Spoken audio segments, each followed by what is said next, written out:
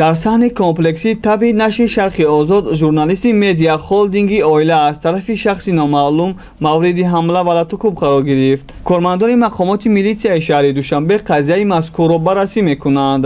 ҳодиса паси рӯзи 2 ноябр соати 13:00 дар саҳни комплекси таби нашри Шарқи Озоди дастгоҳи иҷроияи президенти Тоҷикистон ки аксари расонаҳои кишвар дар он мустақарранд ба вуқӯъ пайваст. ба мақсади халал нарасонидан ба рафти тафтишот ному насаби ҷабрдида ифшо намешавад. дар саҳни ҳавлӣ гашту гузор мекард. шахси номаълуме аз пушти сари ӯ зарба мезанад.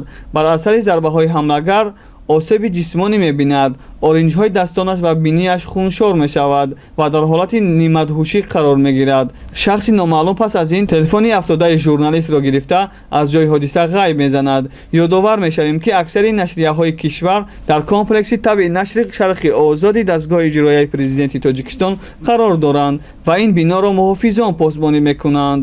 ҳамчунин дар гирду атрофи ин бино камераҳои назоратӣ насб шудааст. вале чӣ гуна ин ҳодиса аз назари он пинҳон монд? феълан кормандони милитсияи шаҳри Душанбе ки фавран ба ҷои ҳодиса ҳозир шуданд қазияи мазкурро тафтиш мекунанд. пас аз анҷоми тафтишот тафсилоти ҳодиса нашр мешавад.